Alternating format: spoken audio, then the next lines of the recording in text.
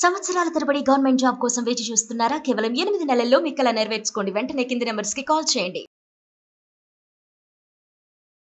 Hello నమస్తే welcome to Suman TV. ప్రస్తుతం అయితే మనం చూస్తున్నాము మన భారతదేశానికి ఇంకా పాక్కి మధ్య కూడా ఈ వార్ అనేది జరుగుతూ ఉంది. అయితే ఈ వార్ జరుగుతున్నప్పుడు కూడా మనకి ఫస్ట్ ఆపరేషన్ సింధూర్ మనకి స్టార్ట్ చేసినప్పుడు మనం ఇంత త్వరగా పాక్ నుంచి కూడా మనకి రివోల్ట్ అనేది వస్తుందని కూడా ఊహించలేదు యాక్చువల్గా.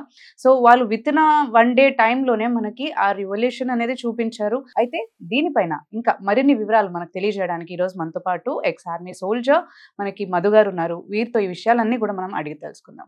హలో అండి, నమస్తే మధు గారు. నమస్తే మేడం. యా, సో ఇంతకు ముందు కూడా మనం మాట్లాడుకున్నాము అవును. లైక్ వార్ సిచ్యువేషన్ మనకి ఆపరేషన్ సింధూర్ స్టార్ట్ చేసినప్పుడు ఎలా ఉంటుంది, దాని పరిణామాలు ఎలా ఉండబోతున్నాయి మన భారతదేశం పైన, కానీ లేదంటే ఆర్మీ ఎలా ప్రిపేర్ అయ్యింది అనే దానిపైన. సో మనం చూస్తున్నట్లయితే ఇప్పుడు మనకి నిన్న నైటే మనకి పాకిస్తాన్ వాళ్ళు దానికి అంటే డ్రోన్ అటాక్స్ అనేవి మనకి జమ్మూ కాశ్మీర్ పైన, అమృత్సర్ పైన చేశారు. సో దానికి మన వాళ్ళు కూడా చాలా చక్కగా ఆన్సర్ ఇవ్వడం జరిగింది. సో దీనిపైన మీరు మాకు కొంచెం డీటెయిల్ గా చెప్పాలి. ఫస్ట్ ఆఫ్ ఆల్ మనం ఇంకా వార్ డిక్లేర్ చేయలేదు. కరెక్ట్. ఇది ఎలాంటిది అంటే మనము వాళ్ళు ఆశ్రయం ఇచ్చినటువంటి టెర్రరిస్ట్ల స్థావరాల మీద 9 స్థావరాల మీద మనము దాడి చేసాము. Correct. And we have destroyed so many their bases and basis.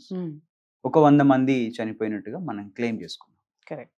Okay fine. భూభాగం వాళ్ళది కాబట్టి సో పాకిస్తానీలు ఎప్పటి నుంచో మన మీద అటాక్ చేయడానికి ఏదో ఒక రూపంలో చూస్తున్నారు కాబట్టి వాళ్ళు దీనికి బదులు ఇచ్చారు. అంటే ఇంత తొందరగా మనం ఇస్తారని అనుకోలేదు. డెఫినెట్లీ మీరు అది సామాన్య జనాలు అనుకోరు. Correct.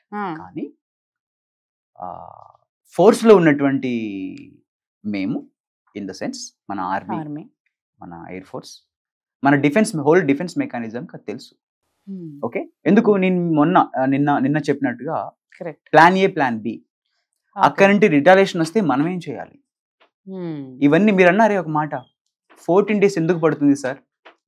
Why can't we do immediately action like so immediate action చేస్తే రిజల్ట్ బాగుంటుంది అనేది మనం మాట్లాడుకున్న మాట వాస్తవమే. కరెక్ట్. కానీ దాని పర్యావసనం మళ్ళీ మనమే కదా బేర్ చేయాలి. యా, మళ్ళీ దానికి వాళ్ళు ఇచ్చే రిటర్న్ ఫైర్ కి కానీ రిటర్న్ ఏదైనా అటాక్ కానీ మళ్ళీ మనమే సిద్ధంగా ఉండాలి కదా. సో ఈ ప్రిపరేషన్ జరిగిందని మనం చెప్పుకోవచ్చు. అంటే ముందే మన ఆర్మీ ఫోర్సెస్ అన్నిటికీ కూడా ఊహించుంటారంటారు.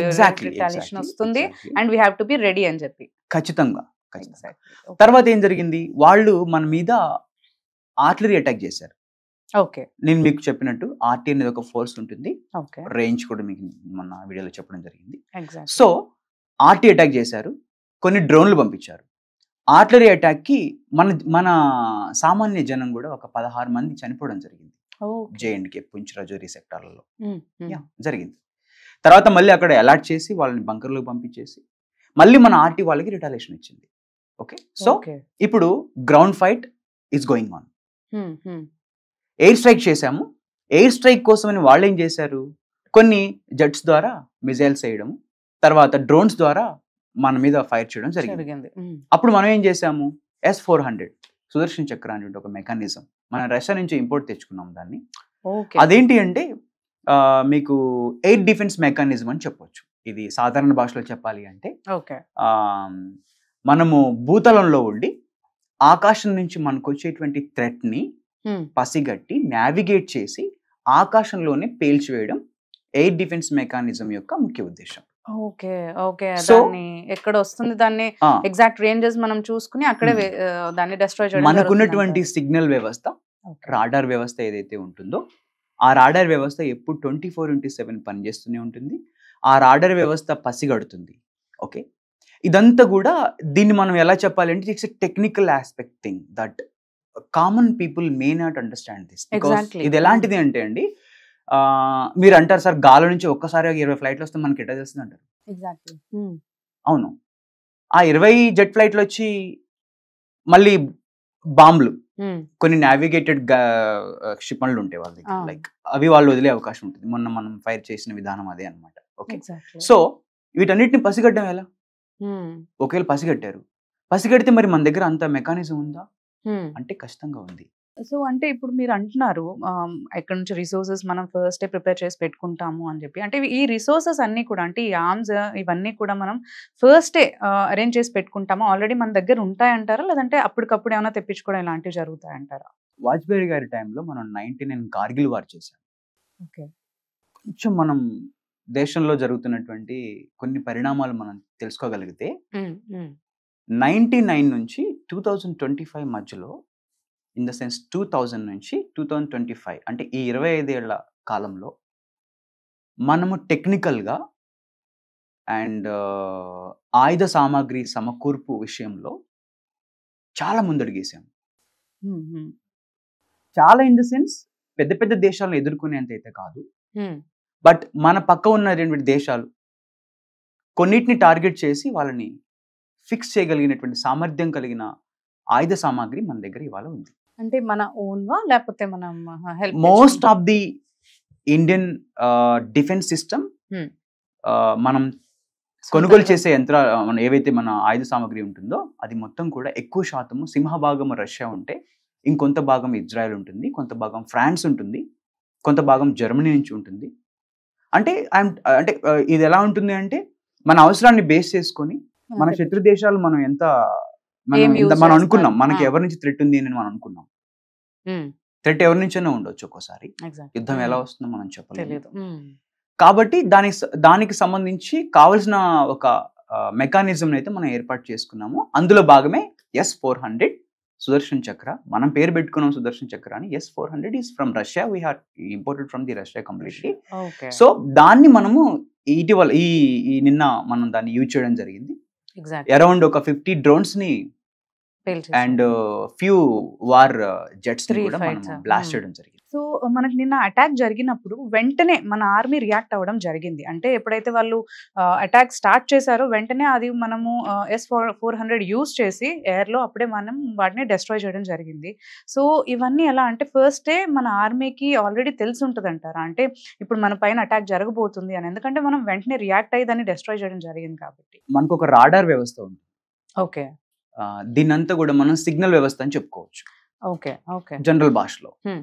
టెక్నికల్ ఆస్పెక్ట్ లోకి వెళ్తే అది సాధారణ జనానికి అర్థం కాదు. అంటే ఈ రాడార్ వ్యవస్థ ఏం చేస్తుంది అంటే మన ఎయిర్ క్రాఫ్ట్స్ కాకుండా మన ఎయిర్ క్రాఫ్ట్స్ ఒక టెక్నికల్ కోడ్ ఉంటుంది. అవి ఎగిరితే చెప్తాయి మనదే అని. ఓకేనా? మన ఎయిర్ క్రాఫ్ట్స్ కాకుండా శత్రు దేశాల నుంచి వచ్చే ఏ ఎయిర్ క్రాఫ్ట్ ని కూడా పసిగట్టేటువంటి ఒక మెకానిజం మన దగ్గర ఉంది. ఇజ్రాయిల్లో ఐరన్ డోమ్ అని మీరు పేరు విని ఉంటారు. ఐరన్ డోమ్ కూడా ఒక మంచి powerful air craft defence mechanism. So శత్రు దేశం నుంచి వచ్చేటువంటి ఏ రకమైన ఎయిర్ క్రాఫ్ట్ ని కూడా మనం డిటెక్ట్ చేసి ట్రాక్ చేసి నావిగేట్ చేసి మరి బ్లాస్ట్ చేసేటువంటి మెకానిజం మన దగ్గర ఈ రోజు ఉంది. That is called S-400 Sudarshan చక్ర.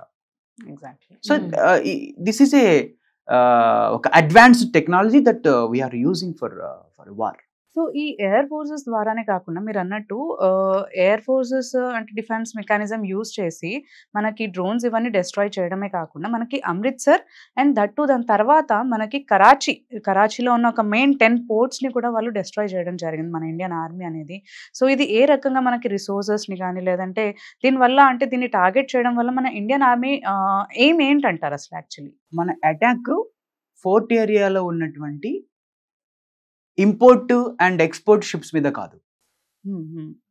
ఫస్ట్ మనం తెలుసుకోవాల్సిన విషయం ఏంటంటే ఏ వార్లో అయినా సరే మనకు most threat red threat is called. There are some red marks that we have to hit there. అంటే ఇప్పుడు ఒక దేశానికి ఆయుధ సంపత్తి ఏముంటుంది? ఆయుధ కర్మాగారాలు, ఆయుధాలు డంప్ చేసే ప్రదేశాలు, base camps, army operations, air force operations, air force bases, where flights fly from there. ఓకేనా? అండ్ నావీ అయితే ఫోర్ట్స్. ఆ ఫోర్ట్ లో కూడా యుద్ధ నౌకలు అంటాం మన ఏం అదే కదండి. ఎందుకు? శత్రు యొక్క వెపన్ ఎప్పుడైతే మనము డిస్ట్రాయ్ చేస్తామో వాడు ఒట్టి చేతుడు అవుతాడు. ఓకేనా? సో ఆ ఫార్ములా అనేది చాలా ఇంపార్టెంట్ ఫార్ములా. 400 ద్వారానేమో ఎయిర్ క్రాఫ్ట్స్ ఏదండి మీరు అన్నట్టు Defense. ఎయిర్ డిఫెన్స్ మెకానిజం తో ఎయిర్ లో వచ్చేవన్నీ కూడా మనకి డిస్ట్రాయ్ చేయడం జరిగింది. అండ్ పోర్ట్స్ ని మీరు అన్నట్టు పోర్ట్స్ ద్వారా వెళ్ళినప్పుడు మన నేవీ ఇన్వాల్వ్ అయ్యి పోర్ట్స్ ని మీరు అన్నట్టు అక్కడ ఉండే ఆర్మీ మెకానిజం అనేది మీరు టార్గెట్ అంటారు. కరాచీ పోర్ట్ ని వాళ్ళు మెయిన్ గా టార్గెట్ చేయడానికి కారణం వాళ్ళ దగ్గర నుంచి ఉండే డిఫెన్స్ మెకానిజం ఏదైతే ఉందో దాన్ని రెస్ట్రాయ్ చేయడమే అని అంటారు. శత్రు యొక్క 2 చేతులు మనం ఖాళీ చేయాలి. ఎస్, అన్ని Okay. రకాలుగా. అన్ని రకాలుగా. నేను లాస్ట్ ఇంటర్వ్యూలో చెప్పాను, అష్ట దిగ్బంధనం సంథింగ్ హిందూ మైథాలజీలో ఉంటుంది. ఎగ్జాక్ట్లీ. అలాంటిదే ఇది. మనం ఏ ఏ రకమైన వార్ చేశాము? ఒప్పందాలు రద్దు చేసుకున్నాము, నీళ్ళు ఆపేసాము, ట్రేడ్ ఆపేసాము, ఇంపోర్ట్ వాళ్ళ నుంచి వచ్చే వాటి యొక్క సుంకాలు పెంచాము, మనం పంపించేటువంటి ఎక్స్పోర్ట్ మెడిసిన్స్ ఆపేసాము. చూడండి ఏం చేశాము. ఓకేనా? ఆ తర్వాత వాళ్ళ టెర్రరిస్ట్ స్థావరాల మీద దాడి చేశాము. ఆ తర్వాత వాళ్ళ head quarters, army base camps, air force base camps మీద దాడి చేశాము. ఆ తర్వాత ఓకే భూ అయిపోయింది, వాయు అయిపోయింది, జల కరాచీ ఫోర్ట్ మీద దాడి చేశాము. కరెక్ట్. ఇదంతా ఏంటంటే the exact war preparation is called. ఇదే పద్ధతి, యుద్ధం చేసే విధానం ఇదే. సో చాలా బాగా ప్లాన్ చేశారు. I'm very proud of my Indian my nation that Yes. My bureaucracy what they are doing. Defence mechanism చాలా బాగా చేస్తున్నారు. సిడిఎస్ అని ఫామ్ చేశారు. ఓకే, సిడిఎస్ అని కంబైన్డ్ డిఫెన్స్ మెకానిజం అనుకోటి ఉందన్నమాట. Okay. Army, navy, air force కూడా 3 త్రివిధ దళాలు, ఈ 3 కూడా కూర్చొని ఎప్పటికప్పుడు ప్రణాళిక వేసుకోవడం. ఇంతకుముందు లేకుండా ఉండేదని కాదు, ఉండేది కానీ అకేషనల్గా ఉండేది. మోడీ గారు వచ్చిన తర్వాత అలా చేయలేదు, సమన్వయం చేశారు. ఒక దేశం యొక్క భద్రత అనేది అత్యంత ముఖ్యమైనది. కరెక్ట్. ఓకే, మనకు భద్రత ఉంటేనే అవును. మనం నెక్స్ట్ ఏ పనైనా చేయగలుగుతాం. అది Exactly. ఇన్నోవేషన్ కానివ్వండి, సర్వీస్ కానివ్వండి, ఒక క్రియేటివిటీ కానివ్వండి, అట్లీస్ట్ మన దేశంలో నివసించేటువంటి ఒక స్వేచ్ఛ అనేది మనకు భద్రత మాత్రమే ఇవ్వగలుగుతుంది. సో అలాంటి భద్రతను పటిష్టం చేయడం కోసం ఈరోజు ఇలాంటి దాడులు అనేవి అనివార్యం. సో ఇట్లా ఎయిర్ డిఫెన్స్ మెకానిజాన్ని మనం యూజ్ చేస్తున్నాము. యాజ్ వెల్ యాజ్ ఈ కరాచీ, ఇది ఎలా ఉంటుందంటే పాకిస్తాన్కి ఒక రమారమీన ఒక 1000 to 1500 కిలోమీటర్స్ ఫోర్ట్ రేడియస్ ఉంటుంది, లైక్ సముద్ర తీరం. తక్కువ, చాలా తక్కువ ఉంటుంది, చాలా తక్కువ. ఓకే. బట్ స్థావరాలు అయితే పెట్టుకున్నారు వాళ్ళు కూడా, ఎందుకంటే సముద్రయానం నుంచి వాళ్ళకి థ్రెట్ వస్తుంది కదా మనకు వచ్చినట్టే. సో అలాంటి స్థావరాలని మనం డిస్ట్రాయ్ చేస్తున్నాము. అంటే 10 కరాచీలో 10 పోర్ట్స్ ని డిస్ట్రాయ్ చేశారని అన్నారు. అవన్నీ కూడా డిఫెన్స్. ఆబ్వియస్లీ. ఓకే. ఒకసారి మనం మొదలు పెట్టాము అంటే ఇంకా అది ముందు వాటిని టార్గెట్ అంటే మనం ఫోర్స్ చేసింది కూడా సామాన్య ప్రజలను అయితే అసలు ముట్టలేదు అంటారు. అసలు అయితే మనం ఏమి ఎక్కువ చేయలేదు, మనం చేయకూడదు కూడా. కానీ శత్రు దేశాలు చేసే అవకాశం ఉంటుంది, దానికి మనం అలర్ట్ గా ఉండాలి. అది ఎలా ఉండాలనేది ఐ విల్ చెప్తాను. అది కూడా. థ్యాంక్ యూ అండి మరి గారు. Thank you so much. Thank you.